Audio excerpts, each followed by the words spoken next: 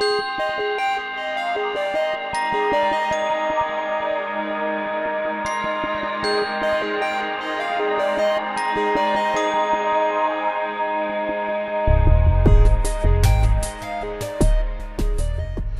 a empezar con el síndrome nefrótico porque considero que es el que es un poquito más amplio y un poquito más controversial en cuanto al tratamiento. Bueno, el síndrome nefrótico consiste en aquel síndrome que consiste en la presencia de proteinuria por arriba de 40 miligramos metro cuadrado por hora o el índice urinario proteinuria creatininuria mayor a 2. Y la presencia de hipolinemia menor a 2.5 gramos por decilitro y la presencia de cierto grado de hiperlipidemia. En cuanto a la epidemiología, a nivel mundial se considera que hay entre 2 a 7 casos por 100.000 niños, entre 2 y 10 años es lo más frecuente, aunque algunos autores refieren que puede presentarse entre los 2 y los 12 años, y la glomerulonefritis de cambios mínimos es la más frecuente y esta se presenta entre los 2 y 6 años. La prevalencia de esta es entre 2 y 16 casos por 100.000 niños. Sin embargo, en México tenemos pocas estadísticas y las que tenemos ya son un poco no muy actuales. Y, por ejemplo, en el Hospital Infantil de México refieren que ellos publicaron que cada año tienen entre 25 a 40 casos nuevos con un acumulado de 427 pacientes en 11 años, que esto es aproximadamente un 26% en la década del 2000. En el Centro Médico Nacional de Occidente se consideró que el 6.1% de las consultas otorgadas entre 2007 y 2009 fue la casuística. Bueno, existen varias clasificaciones en la literatura, sin embargo, podemos dividirla en dos. Una que es el síndrome nefrótico primario, que es el que nosotros vamos a ver siempre en pediatría, que es idiopático, congénito, aquel que es menor de 12 meses de edad, el que se presenta en esta edad, el genético, y los secundarios, que bueno, aquí ya también abarca las glomerulopatías, que incluso en algunas clasificaciones se considera también como primario. Sin embargo, secundarias van a ser aquellas que tengan alguna causa subyacente, como por ejemplo cualquier enfermedad sistémica, y esta se presenta generalmente en el adulto, y son por ejemplo las vasculitis, el lupus eritematoso, la diabetes, artritis reumatoide, amiloidosis, síndrome urémico hemolítico, y algunos agentes infecciosos considerados como, por ejemplo, también en los pacientes adultos y en algunas neoplasias y secundaria algunos fármacos, que también es sumamente raro. Sin embargo, también se ha considerado que las alteraciones genéticas ya están bien establecidas, de hecho aquí en esta clasificación, quizás nosotros a lo mejor a nivel de nuestra formación como pediatras encontramos alguna vez algún caso de estos tan raros que solamente el diagnóstico se hace desde el punto de vista renal con biopsia y con un estudio genético. Bueno, en cuanto a la fisiopatología, existen algunos autores que hasta la actualidad se considera que es multifactorial. De hecho, todavía sigue siendo controversial, sin embargo, se ha fundamentado que pudiera ser secundario a 3 hipótesis. La primera, secundaria a mecanismos de disregulación genética implicada en la maduración y diferenciación de los procesos linfocitarios, especialmente de las células T. Otra es las anormalidades de las proteínas de los podocitos y modificación de su citoesqueleto. Es por esto que se ha considerado que este síndrome, en algunas glomerulopatías en niños, que son las primarias, se considera como una podocitopatía. Otra es la modificación del epigenoma, es decir, lo que es el material genético del DNA de las células infectadas después de una infección respiratoria. No sé si se han dado cuenta de los pacientes que ustedes han llegado a diagnosticar o que encontraron alguna vez en algún caso. Casi siempre no es que se asocie, pero a veces se pudiera dar el caso de alguna relación de una infección respiratoria y tiempo después el niño debuta con un síndrome nefrótico. Otras son las alteraciones de los linfocitos T y B, factores de permeabilidad vascular que generan disfunción y pérdida de carga negativa de la membrana basal glomerular. Es una de las teorías más fundamentadas. Y con aumento de la permeabilidad endotelial, con esto lleva una alteración del balance de líquidos y retención de sodio. De los mecanismos genéticos, que es lo que actualmente se ha encontrado pues más evidencia, pues son las mutaciones de los genes que codifican las proteínas podocitarias a distintos niveles. Aquí tenemos pues una representación de lo que es la barrera de filtración. Estos son los podocitos y pues bueno, entre el espacio entre cada podocito pues están estas proteínas de unión. Cada una de estas proteínas se han encontrado que si existe alguna alteración en su material genético, pues de alguna manera pues es una de las causas que también se ha estudiado.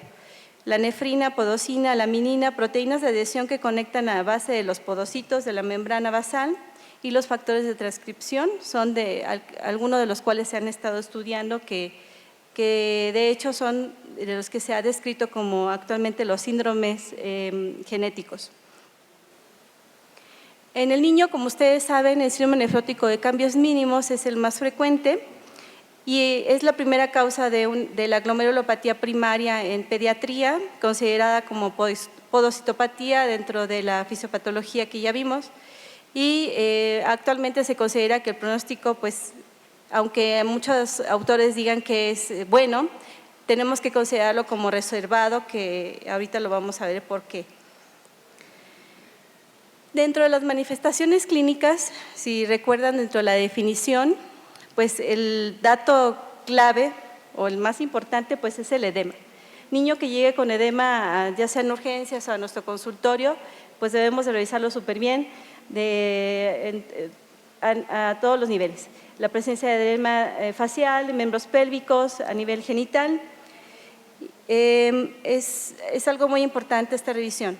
Sin embargo, en algunos autores todavía refieren la presencia de hipertensión, hematuria, falla renal. Realmente esto no es un curso normal y si lo hay, pues definitivamente es algo de preocuparse porque definitivamente pudiera ser que no sea un síndrome nefrótico de cambios mínimos.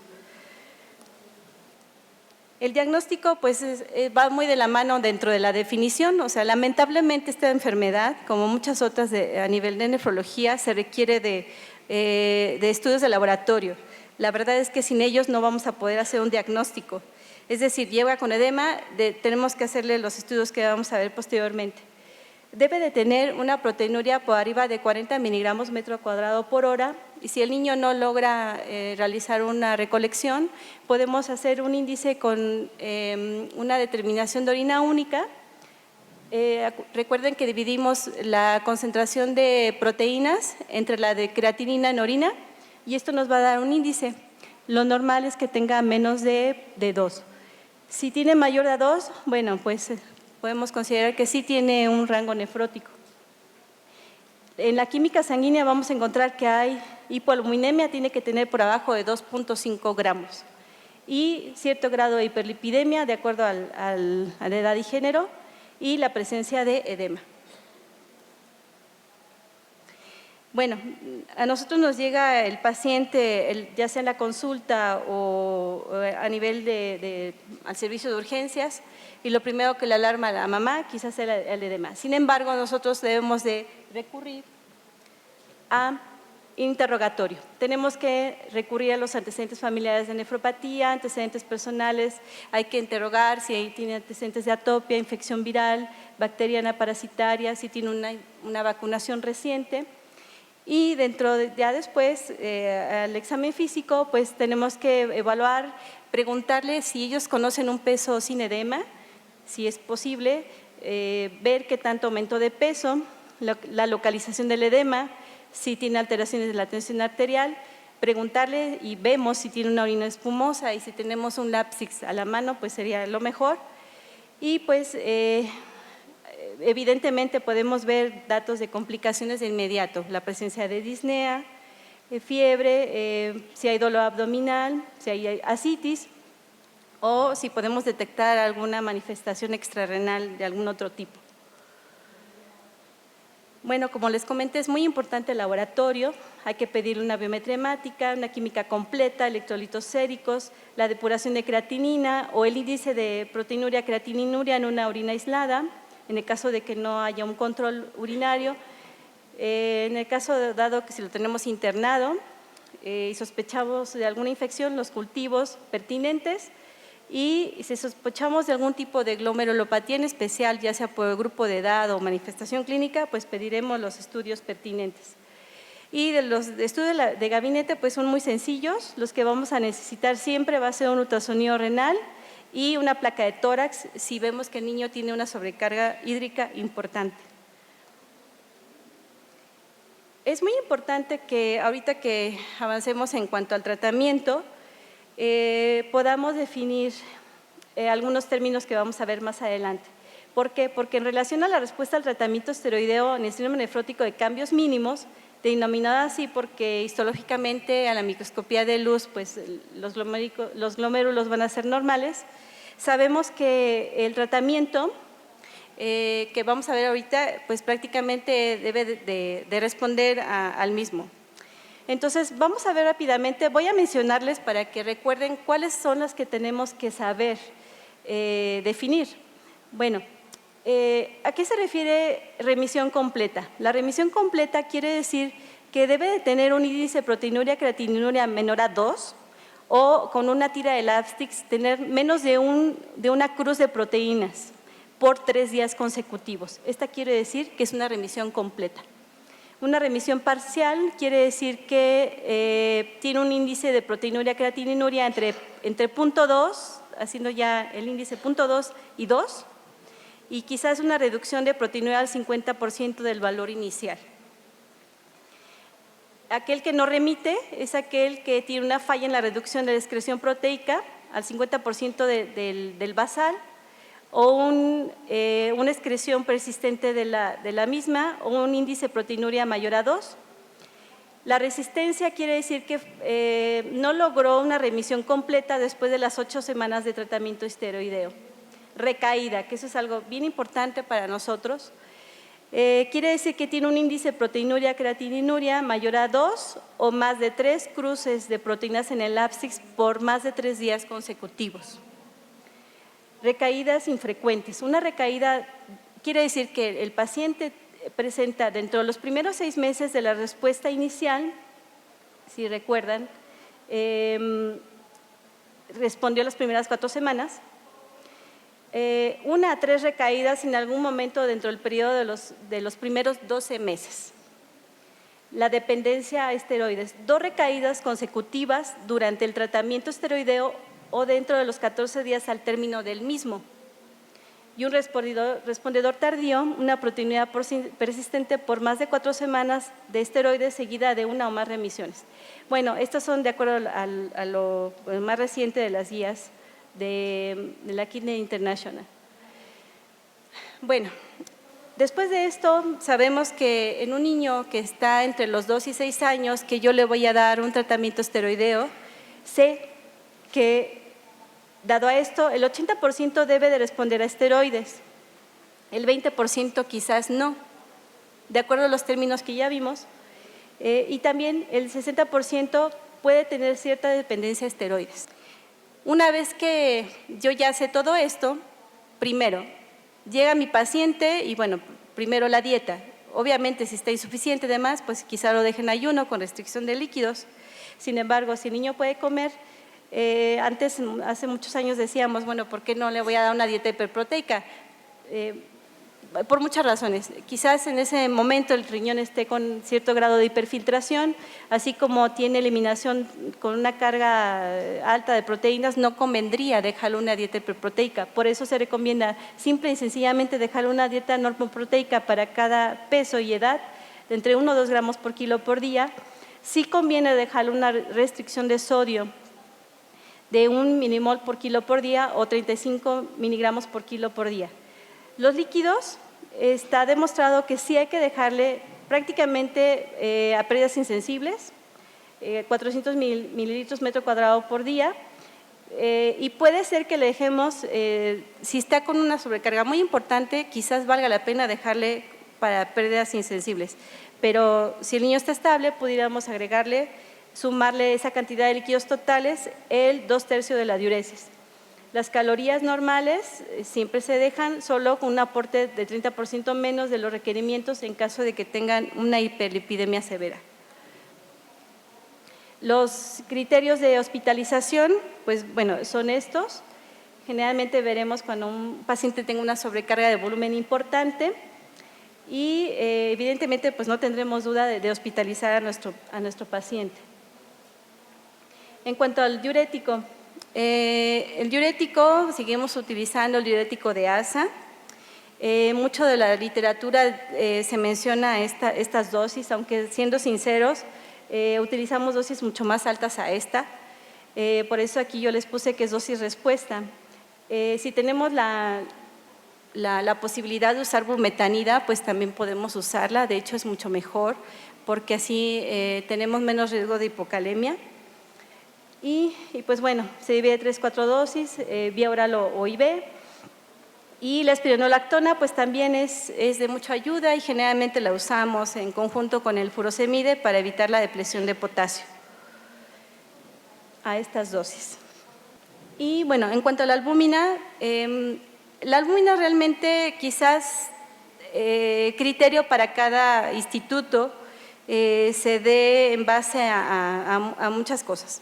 Primero, de lo que ya está descrito, se va a utilizar en aquel paciente que tenga un edema refractario, es decir, si yo ya lo restringí de líquidos, si yo ya lo tengo con una dieta estricta y con diurético y demás, y no remite o tiene un edema escrotal o genital muy importante, quizás valga la pena utilizar albúmina más el diurético.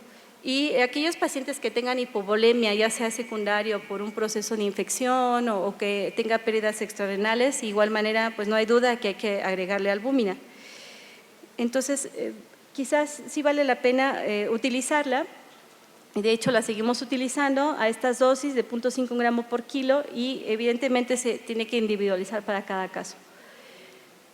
Bueno, ahora sí aterrizamos al tratamiento, que es lo más complicado que yo les mencionaba. ¿Qué es lo que pasa? Llega mi paciente, lo diagnostico que sí tiene un síndrome nefrótico y trataré de mantenerlo en mejores condiciones para ya iniciarle el tratamiento esteroideo. Entonces vamos a iniciar con prednisona con 60 miligramos con metro cuadrado por día o 2 miligramos kilo dosis. Hay algunos artículos que mencionan que no existe diferencia entre usar una dosis u otra, sin embargo, si utilizamos a 2 miligramos por kilo, quizás la dosis nos quede un poquito más baja. Por eso conviene mejor dejarle por metro cuadrado en una sola dosis al día. También se ha documentado que no tiene ninguna ventaja dividirla en una o dos dosis. Por eso es más práctico dejarlo en una sola dosis al día. La dosis máxima para pediatría será 60 miligramos y aquí valoraremos si lo dejamos de 4 a 6 semanas. Y posterior a esto, ya sé cómo es mi terminología, yo ya estaré vigilando a mi paciente, eso es ya el feeling de cada quien, si lo vigilo cada semana, cada 15 días o cada 3 días. Eso ya se individualiza el caso y ya yo valoraré si es un respondidor, remitió al síndrome nefrótico, si tiene recaída. Entonces, la terminología que mencionamos en un principio sí es importante. Entonces, si va bien, si remitió, entonces vamos a continuar con prednisona con 40 miligramos o 1.5 miligramos por kilo con una dosis máxima de 40 en días alternos con un periodo de 2 meses a 5. Eso también sigue siendo controversial porque ustedes encontrarán todavía en la literatura que muchos de ellos mencionan que todavía son 8 semanas de tratamiento, aún así con disminución gradual de la dosis. En aquellos pacientes que estamos viendo por consulta y que quizás presenten recaídas poco frecuentes, Aquí, una vez que el paciente salga del cuadro, ya sea infeccioso, alérgico, que haya ocasionado esta recaída, nosotros vamos a iniciar nuevamente con prednisona 60 miligramos por metro cuadrado por día, igual su dosis máxima, hasta que el niño prácticamente se encuentre nuevamente en remisión completa. Es decir, pueden pasar de 4 a 6 semanas y de alguna manera pues igual, prácticamente empezamos de cero. Y aquí prácticamente pues tiene que tener una respuesta total al tratamiento con 3 días sin proteinuria. Y después de esto, después de lograr la remisión, vamos a continuar con prednisona con 40 miligramos metro cuadrado dosis o 1.5 kilos por día, con una sola dosis al día, con días alternos y prácticamente aquí lo vamos a dejar 4 semanas, igual con una reducción gradual. Después de esto, ¿qué va a pasar para aquellos pacientes que entran en la categoría de córticodependencia, córticoresistencia? Evidentemente, pues dentro de las guías que hay, pues se menciona que podemos utilizar otros agentes inmunosupresores agregados a la prednisona. Sin embargo, ya esto será a tarea de nosotros como médicos en el área de nefrología, que decidiremos de acuerdo a la lesión histopatológica que tenga, cuáles de estos conviene o de lo que está descrito en la literatura o en cada instituto se prefiera. Aquí les menciono, por ejemplo, las ventajas, qué problemas hay y qué es lo que se sugiere y las dosis de cada uno de ellos.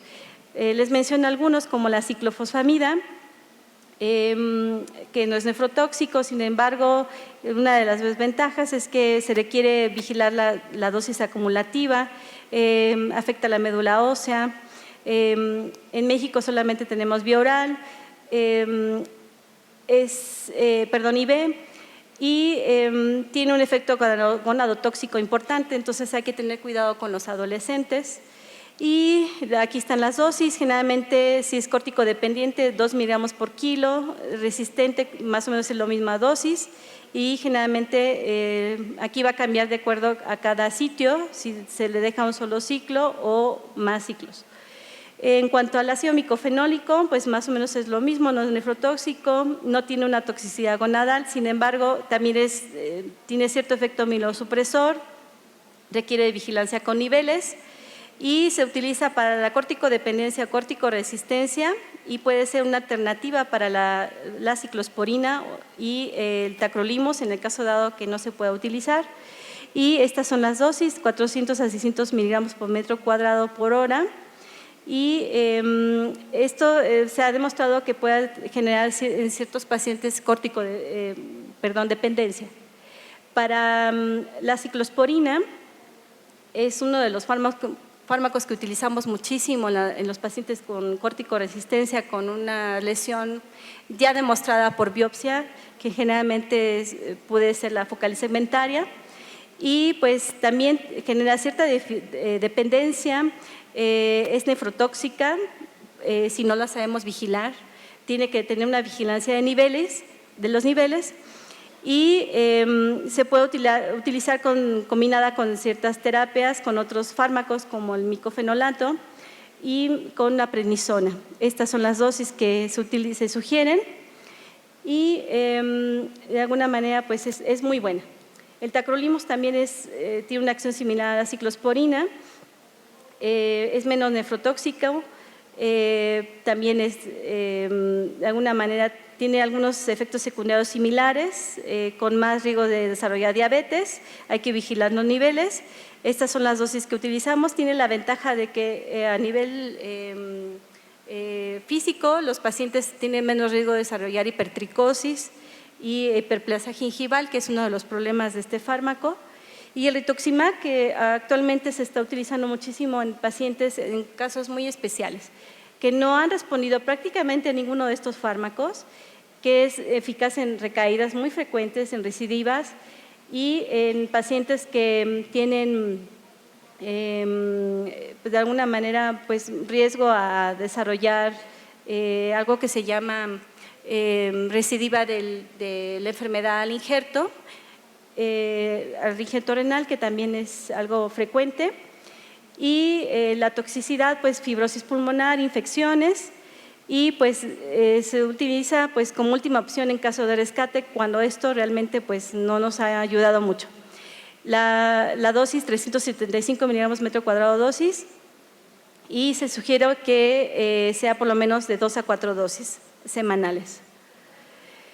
Las indicaciones de biopsia que ya mencionamos brevemente, debe de cumplir ciertos criterios, edad mayor de 2 años, la hematuria persistente, insuficiencia renal, cuando tengan C3 bajo en el complemento, cuando haya hipertensión, cuando debutan.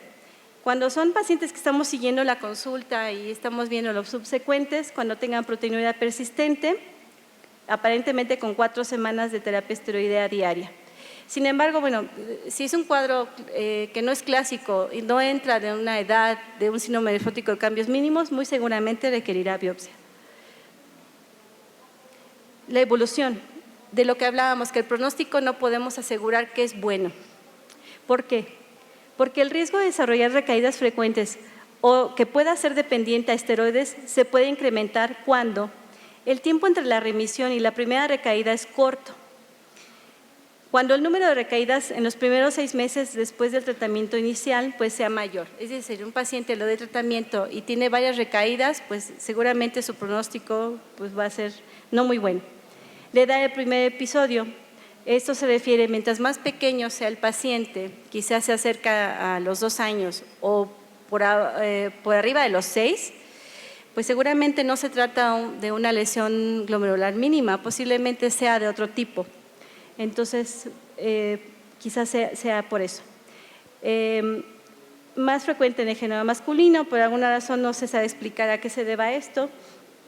El tiempo prolongado en alcanzar la remisión del primer episodio, es decir, si quizás sea por las recaídas, por la dependencia, por cualquier otro factor. La infección en la primera recaída, la presencia de hematuria en el primer episodio, quizás también sea uno de los factores de mal pronóstico.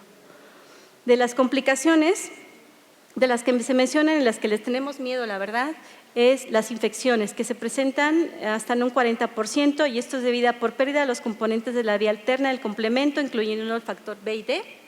Y esto se debe, bueno, pues la temida peritonitis primaria, que hace muchos años era una causa de mortalidad en estos pacientes, y el tromboembolismo, que afortunadamente es un riesgo bajo, es menos del 3%, y esto se debe por pérdida urinaria de los factores que inhiben la formación de coágulo, como la antitrombina 3 y el incremento de los factores de coagulación por el hígado.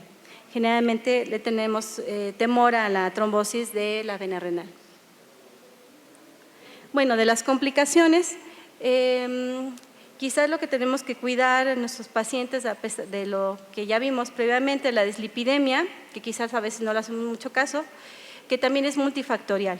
En teoría, si el paciente remite al cuadro del síndrome nefrótico, la dislipidemia debe de desaparecer, es decir, esto es transitorio. Pero si llega a persistir, puede ser multifactorial por la dieta, por el uso del diurético, y si esto persistiera, podemos usar estatinas como la atorvastatina. Las dosis en pediatría no están muy establecidas, pero bueno, se sugiere de 10 a 20 miligramos por día y se requiere monitorear la función hepática. Otro tema que ya se está tratando actualmente es ¿qué pasa a los pacientes que estamos usando esteroides de manera crónica? Bueno, pues aquí lo ideal sería que contáramos con una densitometría de control, y no solamente de esta patología, sino en muchas otras que usemos esteroides.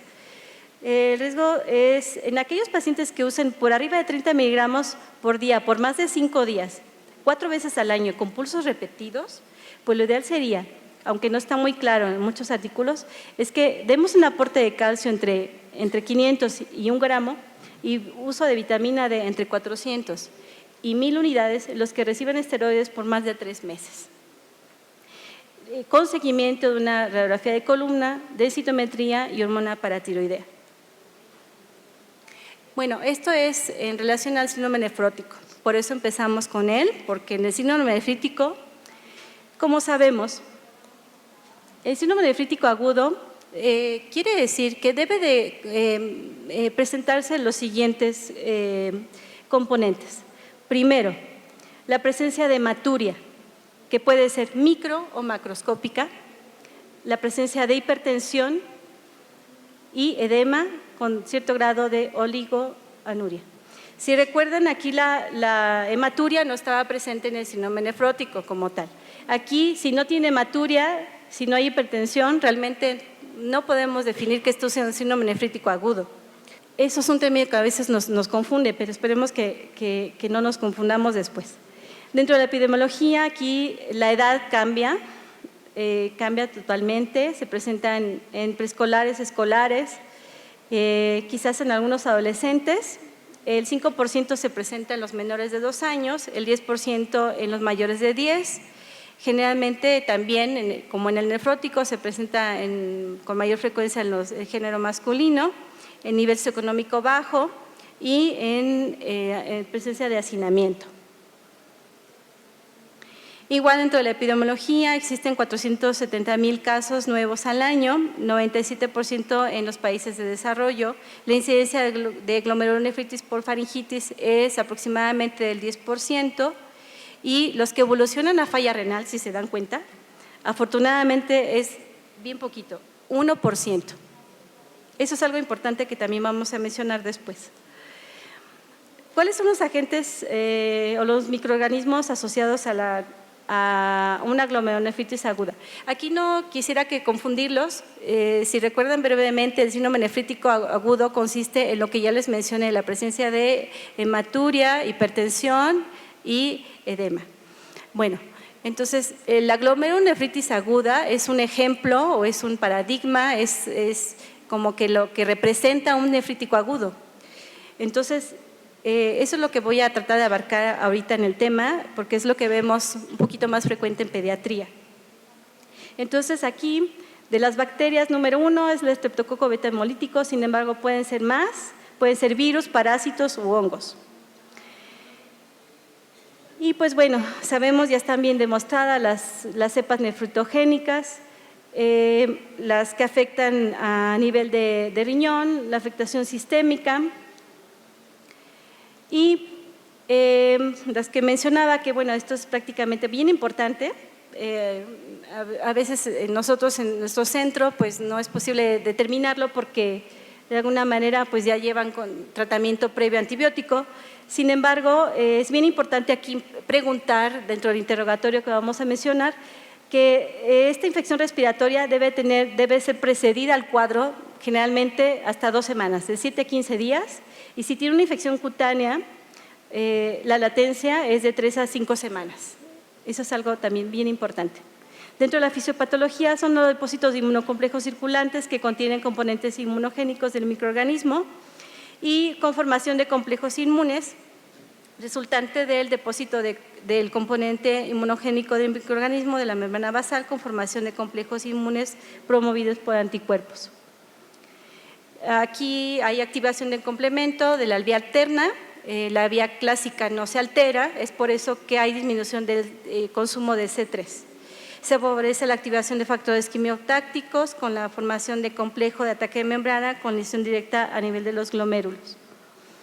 Bueno, pues aquí está todo lo que les menciono. Generalmente la infección respiratoria produce la relación antígeno-anticuerpo. Por laboratorio puede encontrar elevación de las antiestreptolicinas, disminución de C3, hay formación de inmunocomplejos, estos se depositan en los capilares glomerulares, hay activación de complemento con disminución del C3, esto produce hematuria, ahorita vamos a ver de qué se trata, hematuria glomerular, con cierto grado de proteinuria que generalmente no alcanza a veces un rango nefrótico, y si lo hace de manera transitoria. Hay una disminución del filtrado glomerular, puede haber oligoanuria, disminución urinaria de sodio. Si hacemos índices urinarios podemos encontrar una fracción excretada de sodio menos del 1%, un índice de falla renal de 1%, y aquí hay, al haber una disminución de la filtración glomerular, una excreción urinaria de sodio baja, una expansión del espacio extracelular, producir sobrecarga de volumen y edema, así como hipertensión. Puede haber ahí disminución de la renina y de la aldosterona. Aquí el diagnóstico pues ya lo mencioné, es muy importante. Tiene que tener presente la infección respiratoria, la hematuria generalmente es microscópica, pero cuando es macroscópica se presenta del 30 al 50%. Si se acuerdan, el aspecto glomerular es un color agua de tamarindo, así lo podemos preguntar a los pacientes. Agua de tamarindo como Coca-Cola, aquí no es una orina rutilante, eso es algo bien importante, no es una orina roja. Y si le hacemos un análisis, si la encontramos en un sedimento urinario, podemos pedir algo que se llama morfología eritrocitaria en orina y vamos a encontrar lo que es esto, eritrocitos dismórficos en un 80%. El edema está presente en el 90% de los niños, en adultos en un 75%, generalmente en un inicio palpebral facial, raramente puede presentarse en la nasarca. La hipertensión está presente hasta un 80% de los casos y esto acuérdense que va de acuerdo a cada edad. La falla renal puede presentarse hasta un 30% de los casos, la cual es aguda y afortunadamente el riesgo de falla renal que requiera diálisis es menos del 5%. Aquí les menciono la asociación de la infección es siempre presente, de 1 a 2 semanas respiratoria, cutánea de 4 a 6 semanas y cuando son infecciones no relacionadas al estreptococo pueden ser simultáneas a la infección. De los que le mencionaba es el ejemplo más común en un síndrome nefrítico agudo en pediatría. Esto no quiere decir que sea un sinónimo, es como un ejemplo de. En el diagnóstico bioquímico es muy importante, no se les olvide, hay hematuria, recuerden que debe tener más de 3 eritrocitos por campo. Si lo tiene así, hay que pedir una morfología eritrocitaria o le decimos al químico que le cheque si tiene dismorfia y tiene que tener por arriba del 80%, cilindros hemáticos, que es prácticamente patognomónico de esta enfermedad, son de las pocas enfermedades renales que con el simple sedimento urinario podemos hacer un diagnóstico. Puede haber cilindros granulosos también. En la química es bien importante ver la elevación de los azuados, puede haber acidosis, hipercalemia. Aquí hay que determinar los índices de falla renal, que todo indica que es una falla aguda, prerrenal. Puede haber, pudiera ser que sea tan aguda el daño, que sí puede haber una proteinuria en rango nefrótico, debe ser transitoria. La biometría hemática generalmente no hay mayor alteración, pero puede haber anemia dilucional o alteración de la velocidad de sedimentación. Los diagnósticos inmunológicos son muy importantes, que no se les olvide pedirlos. Generalmente únicamente necesitamos E3, no necesitamos pedirle más, el cual se debe normalizar a las 6 a 8 semanas después de que debutó el cuadro. En caso de que estemos sospechando de algún otro problema, pues no se nos olvide pedirle estudios dirigidos para lupus, para la púrpura de Genow-Schönlein o algunas otras entidades. Los estudios microbiológicos, lamentablemente, a veces ya no es posible captar nada porque ya llegan tratados, pero a veces podemos captar algo, en un 25% aislamos algo en el cultivo faríngeo. Y las antiestreptolicinas, lo mismo, a veces ya no es posible encontrarlas elevadas. Aquí lo mismo, el ultrasonido renal es fundamental, podemos encontrar riñones aumentados de tamaño, discretamente por el proceso inflamatorio, puede estar discretamente hiperecogénicos y la placa de tórax también es fundamental para descartar sobrecarga de volumen. Las indicaciones de biopsia, cuando estamos sospechando de otra enfermedad glomerular, es decir, la evolución no es la habitual de un nefrítico agudo, estamos sospechando de algo que se llama glomerulonefritis membranoproliferativa, una nefropatía por IgA, un lupus y pues esto como que no nos suena bien y seguramente ya lo estaremos canalizando a nefrología. Cuando se trata de una membrana proliferativa, aquí la hipocomplementariedad persiste más de 6 semanas. O sea, yo lo estoy siguiendo en la consulta y ese C3 nunca se recuperó. Entonces eso no está bien y seguramente debe tener cierta elevación de azuados. Recuerden que debemos de ajustarlo a cada edad. Si la creatina no está normal para su edad, entonces definitivamente pues, no es una glomerulonefritis aguda postestreptocóxica. Cuando es una nefropatía por IgA, el niño aparentemente se recuperó, pero, oh sorpresa, pasan, no sé, 5 meses y el niño otra vez presenta hematuria después de otro cuadro infeccioso. Entonces, eso tampoco es normal. Aquí puede ser que el C3 ya esté normal, pero siempre que tenga una infección respiratoria y nuevamente hematuria, eso no es normal. Entonces, pudiéramos descartar que a lo mejor sea esto y muy seguramente requerirá biopsia. Lupus y púrpura de Hagenow-Schönlein son otra de las entidades como diagnóstico diferencial. Y bueno, dentro del tratamiento, igual la restricción de líquidos y sodio, igual a pérdidas insensibles, restricción de sodio de 1 a 2 miliequivalentes por día, el furosemide de 2 a 4 miligramos kilodosis, puede ser vía oral o IV. Los antihipertensivos se sugiere iniciar con un vasodilatador directo, como sería la hidralazina, de 0.5 a 1 miligramo por kilo, ajustándolo también a la dosis de la función renal. Y podemos usar un bloqueador de canal de calcio como el nifedipino, y casos muy severos, pues podemos usar hidralazina IV, nitroprusiato de sodio, seguramente en pacientes ya con una evolución tórpida. Y las medidas de hipercalemia, como recuerden, como tiene una falla renal, pues dieta baja en potasio, el furosemide le ayudará, y las resinas como el Novefazol, que sí está actualmente utilizada en niños, también es una medida adecuada. Y no se les olvide también que si yo aíslo al estreptococo en el paciente, debemos de darle tratamiento a la familia de acuerdo a las guías para cada edad y cada género. El tratamiento, pues, corticosteroides, pues hay que tener mucho cuidado, no los usamos solamente cuando el niño pues tenga una evolución inadecuada, algo que se llama glomerulonefritis rápidamente progresiva.